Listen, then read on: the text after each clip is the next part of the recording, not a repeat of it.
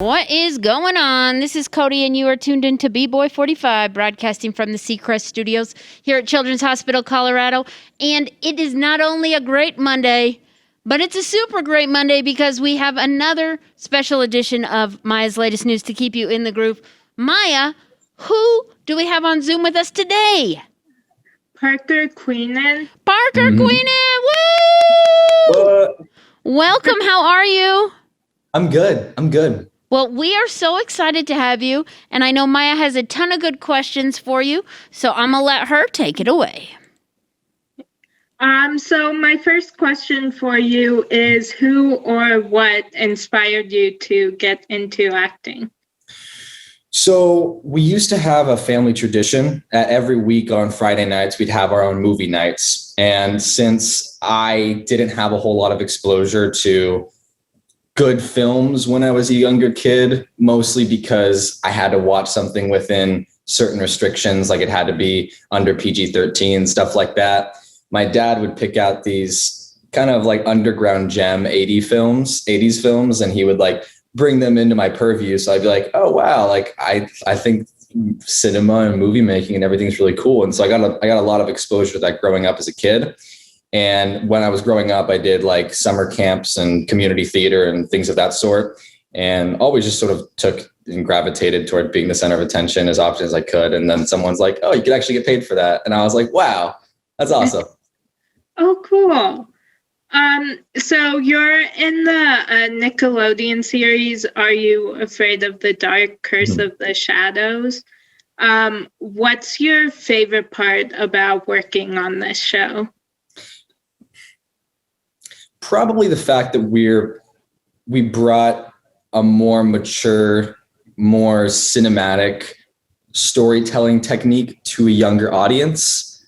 And with that, it's nice to know that we're able to give younger viewers a look into like Netflix shows like Stranger Things and stuff like that without having to use like the curse words and the gore and, you know, all of those things, but rather keep it simple and tight and, you know, be able to find a way that we could take mature, more adult-like concepts and filter them and translate them, you know, to a wider audience, something that your whole family can watch.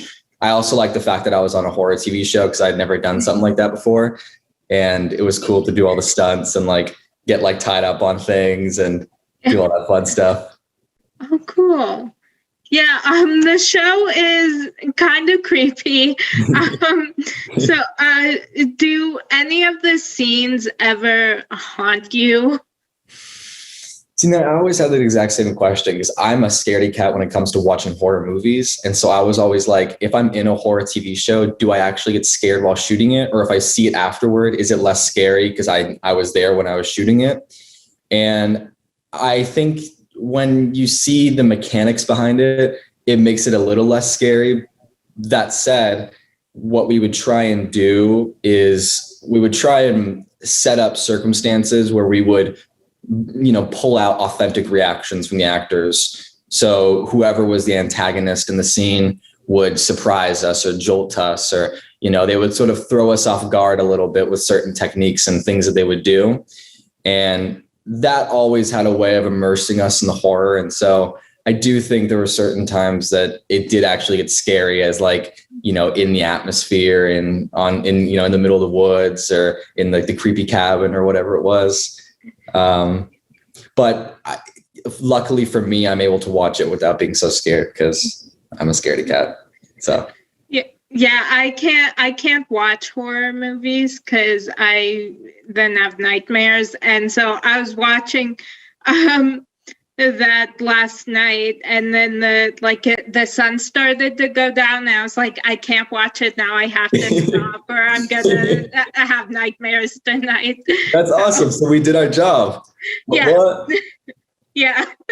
And my sister came home when I was watching it, and the Shadow Man came on, and she actually screamed, and she was like, wait, how is this a Nick show? So, yeah. It's a lot. Yeah, we really tried to push the envelope as far as we could while still being able, like Nickelodeon had to proof everything that we did. And so we'd send them the episode scripts and we would send them the special effects and the ideas that we had. And Nickelodeon sometimes would be like, all right, you're going a little bit too far with that. We're going to have to rein in it a little bit. And then other times they'd be like, totally. And they give us a go ahead. And they would tell our director, Jeff Wadlow, go as scary as you can within these boundaries, but within that, try and scare us as much as you can.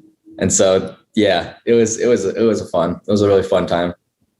Cool. So you're in the reboot of Punky Brewster. Mm-hmm. What attracted you to being a part of such an iconic show? Well, for one, I was offered the job, and that was enticing. But once I got the job, it was nice because I was able to kind of catch up on what it meant to a lot of people when they were growing up watching Punky Brewster as a kid, because it was one of those first shows where they would, introduce, like interracial friendships and, youth and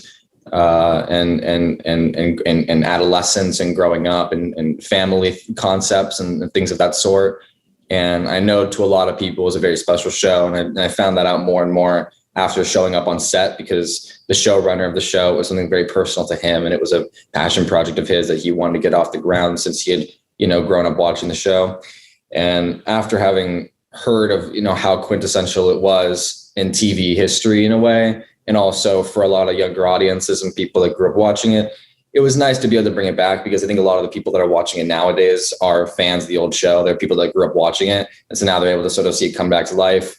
And, if it does, hopefully it'll teach younger audiences things that the old Punky Brewster was able to do. And for the older audiences, it's like a little like wink, wink at their old reminiscent memories of watching their childhood again. So. Oh, cool.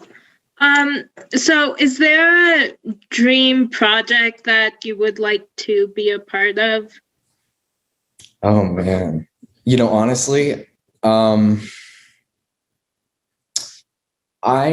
more normally attracted to the people making the projects. I'm a big fan of film and movies and cinema and filmmaking. So I'll often go toward a creator, a writer, a director, somebody like that. Sometimes an actor, like actors that I'd like to work with.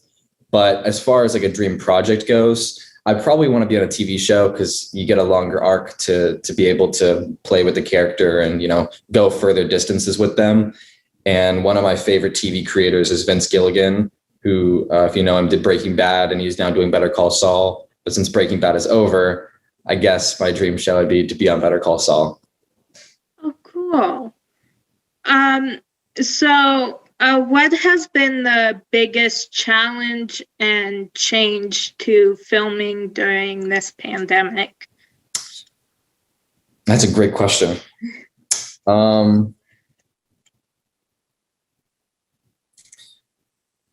Not a whole lot, to be completely honest. I'd say probably the efficiency at which they're able to get the shows out.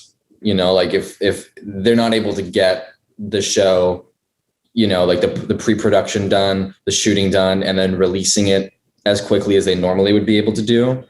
And it's a little bit more cumbersome for the filmmakers and the cast and the crew, because they have to deal with, giving people, dispensing the COVID tests every day and wearing masks and shields and being safe and stuff like that.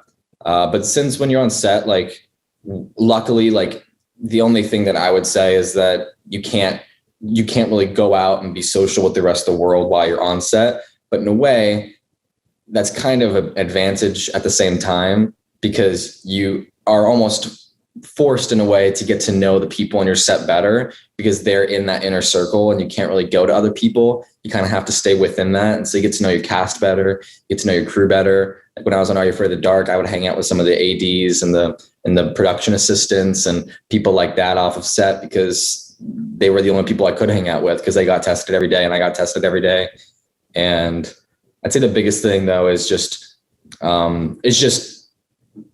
probably the efficiency, because you get everything done. It takes a little bit longer to do so. Cool. So, is there a show that you're currently binge watching? Yeah, I have a couple that I'm binge watching. I started Money Heist recently, which is that Spanish TV show where they're robbing a bank, but they do it over like the course. I'm only in the first season. I don't know what happens in the second season, but over the course of the whole season, they're robbing the mint, the Spanish mint. So they're actually printing money while like robbing the place. It's a very clever show. I'm watching that one right now. I'm watching. I started watching Ted Lasso, the new Jason.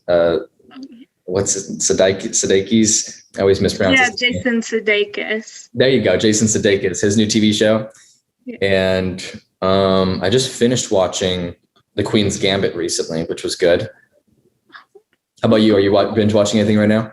Yeah.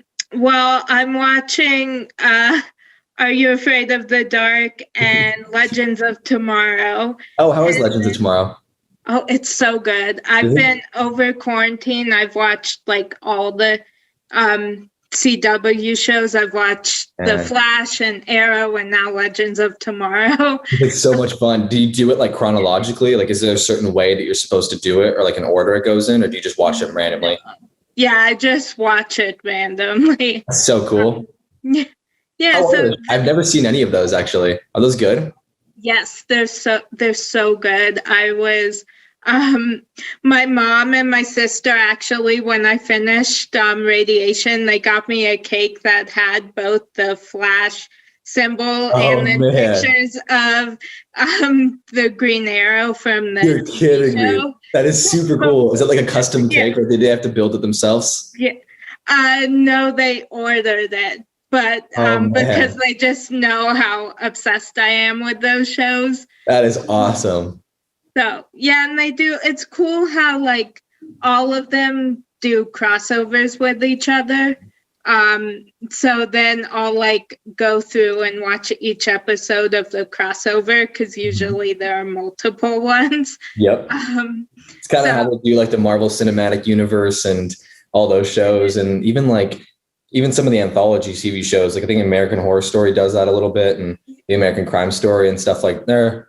Well, kind of. They have like the interconnected worlds. They'll have like little Easter eggs from the other seasons and the other TV shows, and you're like, oh, like that's how that transfers over there.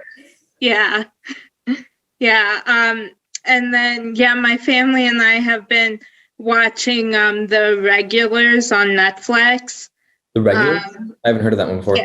Yeah, The Regulars. It's actually it's really good, but it's also kind of creepy. So like we've been watching it very slowly because I tell them I do not want to watch the show at night. So we're watching like 3 hours of the day that I could watch this. Around that can't happen. It needs to be insulated by sunlight.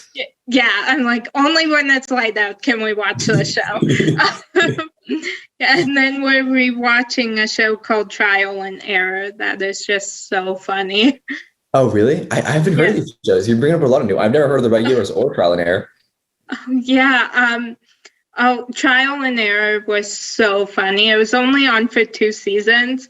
And so we were so sad when it ended, but we quote it all the time. It's about this this lawyer and then his defense team who in a small town, like it's filmed like a documentary. Oh, that's cool. And in this small town, they have they represent these people that are accused of these crimes, and it's so funny.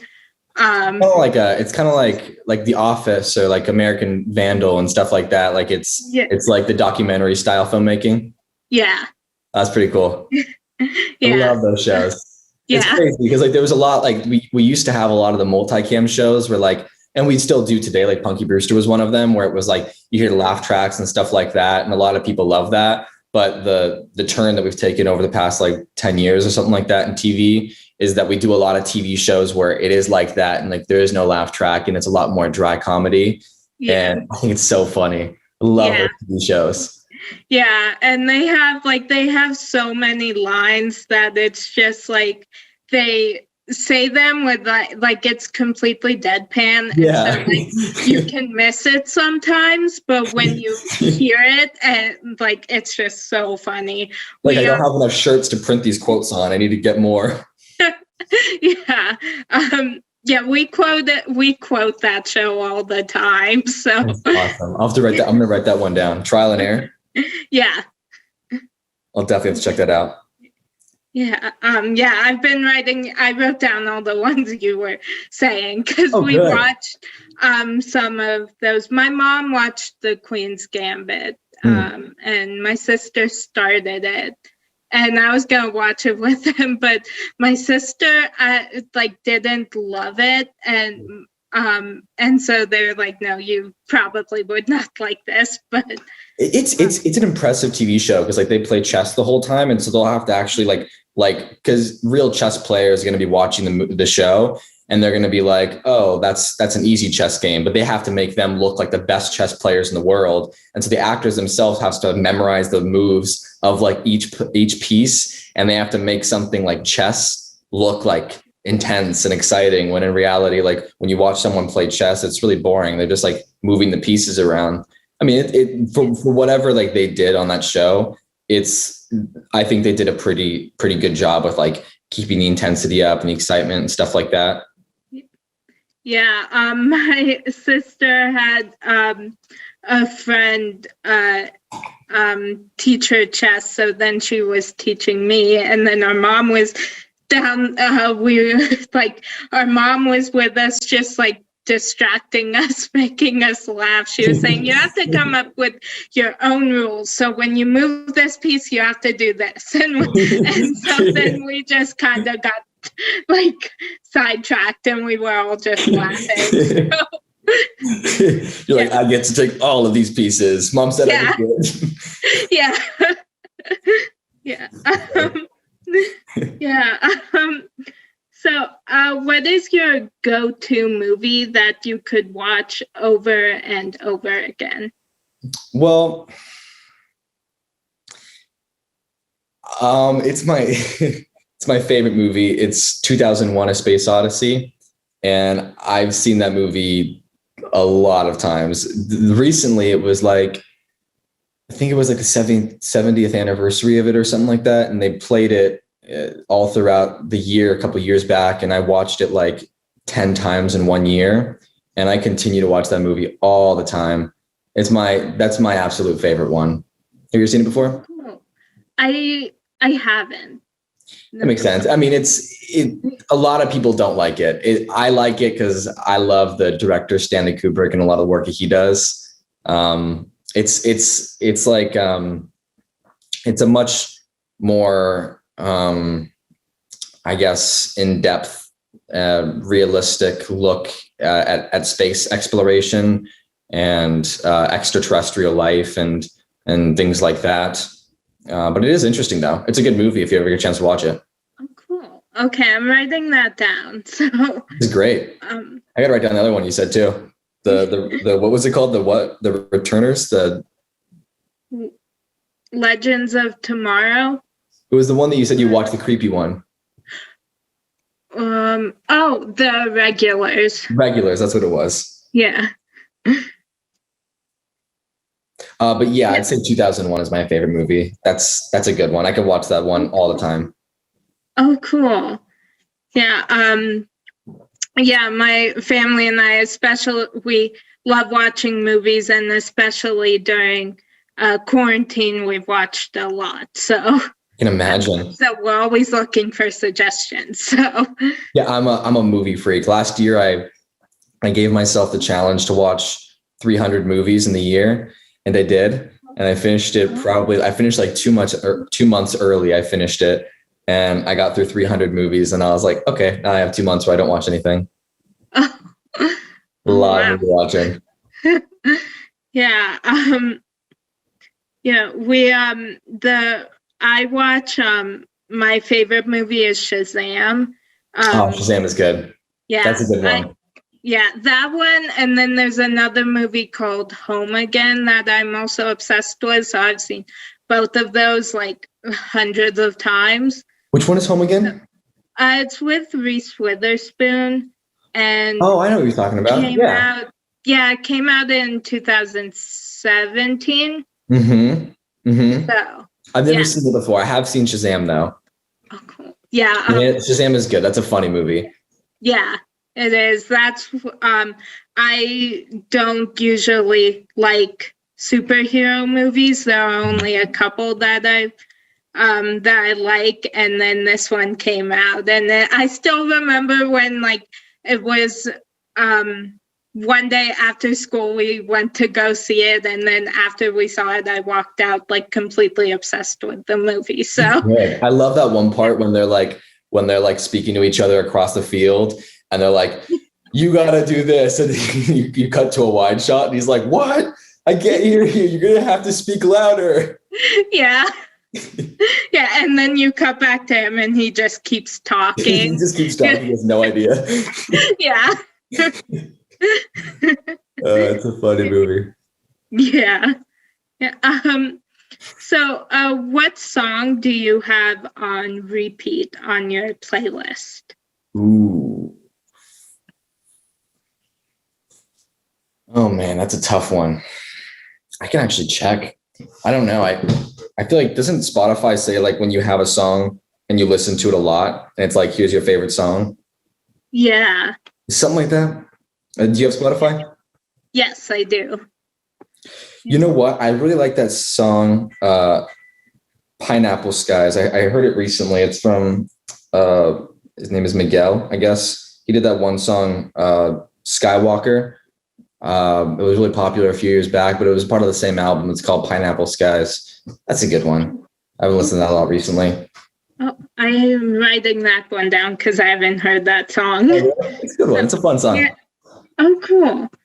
Yeah, I have my mom and I, when I have a doctor's appointment, I have a playlist it's not really a playlist, it's just I have certain artists that I just put on all their songs, and because I'm like, I need to listen to this right now. So you have like albums, or do you just like go onto the artists themselves and just like shuffle their songs?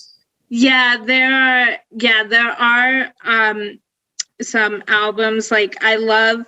Well, okay, I'm obsessed with like the Prom, that movie, and the soundtrack, and then other Broadway soundtracks, and so I'll have. Oh, that's super cool. Yeah, so think is so. It Broadway soundtracks? Like, do you hear the audience and everything, or is it like a live recording of it? No, it's just it's just a recording. Yeah. That's pretty cool. I love doing that. I have those playlists, like depending on like what mood I'm in, or like if I'm driving like a long drive somewhere, if I'm like on the airplane or something like that, I'll put on a different playlist or a different album or something like that. And just like turn right off. Yeah.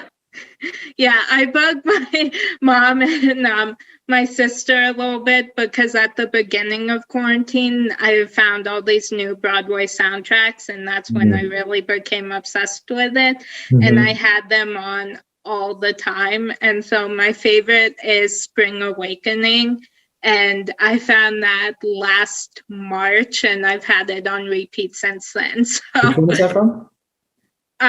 It's a musical called Spring Awakening. Oh, it's from the musical Spring Awakening. I thought that's what the song was called. Oh, got you. Yeah, I'm not unfortunately not very versed in Broadway musicals, although I do love them. I have seen a couple when I was in New York, but yeah, they're great. Oh, cool. Yeah. So what do you do to cheer yourself up when you're having a bad day? Well, I have a number of things I normally do. I have certain books that I like to keep around. I know that like depending on, where I'm at, or if I'm feeling I need a reminder of something, there's certain writers, either fictional, and I can kind of like delve into a fictional story and kind of get lost in my own mind, or non-fictional books that talk about life and about pursuits and things of that sort, and activities I like to do. See, now, like if I'm having a bad day, it often means I'm just in my head about something. And so I try and do something to get out of my head. And so I actually act. I don't know if you know that, but I do act. And so sometimes I'll act and it gets me out of my head, go do something like singing in the car, dancing, hanging out with friends, going out, doing something, just something to like put whatever's in here onto something physical and just kind of like get into something. That's probably what I do. Oh, cool. Yeah. Yeah, I have a whole playlist on YouTube of like just music and just like clips from the shows that I love that I'll just watch. And oh man, it's awesome. I will totally binge Netflix if I'm having a bad day. I'm like, okay, I just need to find a new TV show is a problem. Yeah, whenever because my mom and my sister haven't been watching Legends of Tomorrow, so whenever they leave, that's what I binge. And so I'm like, I love you, but I'm happy I can watch Legends of Tomorrow right now. So yeah. That's pretty cool. I have like a TV show with like each one of my friends. And so like if I'm hanging out with someone and we're like I have that TV show where we've watched like 3 or 4 episodes together. And now I'm like, well, I really want to watch the next episode, but I can't watch it without them. And so I have to wait till I'm with them to watch it again. And I'm like, hey, do you want to hang out today? I want to binge the show. Yeah. So do you have a favorite motto or quotation? That's a good one. It's a really good one. Thank you. Stump me up on this. I would say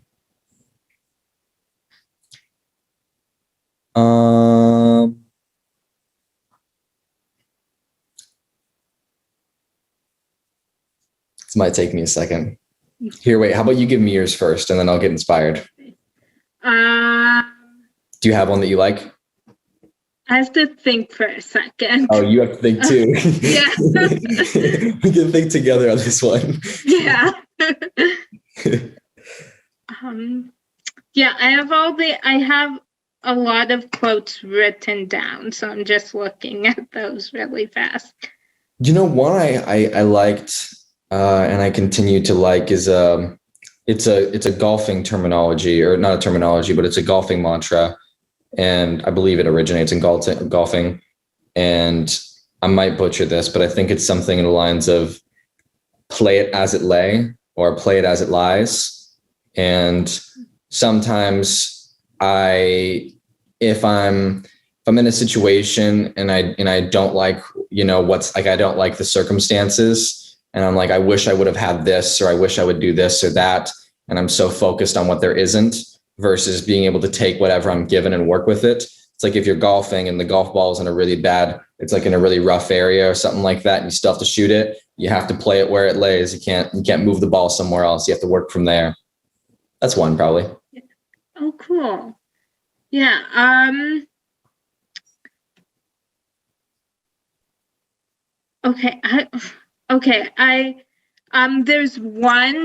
There's a show called A Million Little Things that I love. It's from the very first episode, and it's one of the characters says, I truly believe everything happens for a reason. The challenge in life is to find that reason. That is pretty good. So, yeah. That's a pretty awesome one. Yeah. I like that.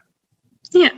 Do you ever find quotes and sayings and stuff like that and write them down? Like have like a little note or something like that so you don't forget them? I do that sometimes. Yeah.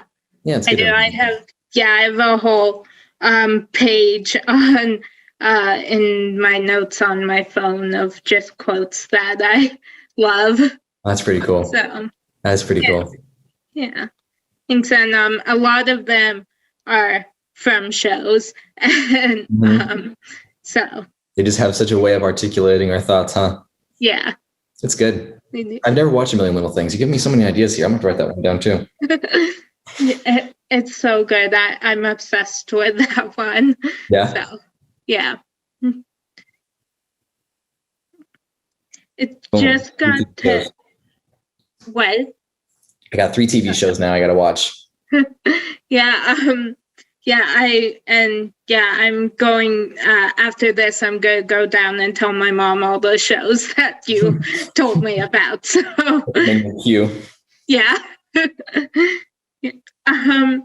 So, my last question for you is, who do you consider to be a real life superhero and why?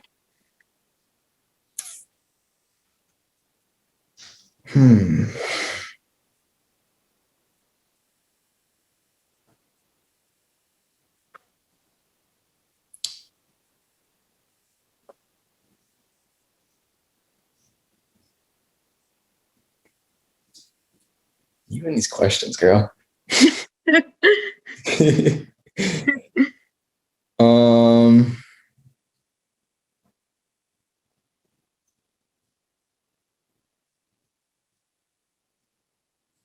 Gosh. Okay, you're gonna have to inspire me again on this one. Do you have someone that you have? Like Yeah, my mom and my sister. Oh, that's pretty cool. I was going like way too like grandiose on that question. I was thinking about like what political figure, this or that. You know what? I would say my family. Everybody in my family we have a really strong group of people, and you could take a lot away from. I personally take a lot away from them, and growing up in life, and I find ways of making myself more and more independent and learning my own way. But I also look back to my family a lot, and I take their advice and their opinions, and I look up to them, not just because of my family, but also because I think they have a lot to offer. So I'd say my family. Oh, cool. Yeah, my mom and my sister are my biggest superheroes. And then I have there are like actors that for me, I consider superheroes just because like some of their projects just have like helped me through so much. So so I have my mom and my sister, and then there are a couple actors. Clearly your mom and your sister need to be on the list because they got the awesome balloon in the background. Yeah. Yeah, they're top of the list. Top of the list. Some honorable mentions in there. Yeah. Yeah. That's pretty cool. Well, thank you so much for calling in. I had so much fun talking to you. This is awesome. You made my week, so thank you. Thank you so much. And what number are you at now? Are you getting close to like 190? Yeah, you are actually my 190th interview. Oh, I am your 100. Oh, that was a good guess. Yeah. 190th. Yeah. What? So you got 10 more? Yeah. That's super cool. Are you going to keep doing it after that, or are you going to stop it there? You are. That's awesome. Yeah. Yeah, I'm not stopping. So, yeah. We wouldn't be in the groove. We wouldn't know anything if we didn't have Maya's show to keep us updated on the TV and the movies that we should be watching. So, well, Parker, thank you so much for spending so much time with us today. We appreciate it. Yeah. And we'll keep our ears. I'm sure Maya will keep us updated on where to see you and what your latest projects are. So we'll look forward to that. You guys are really sweet. This was awesome. Thank you so much for meeting with me. Thank you. Take care. It was great meeting Maya. You too. Bye. Bye. Bye, guys.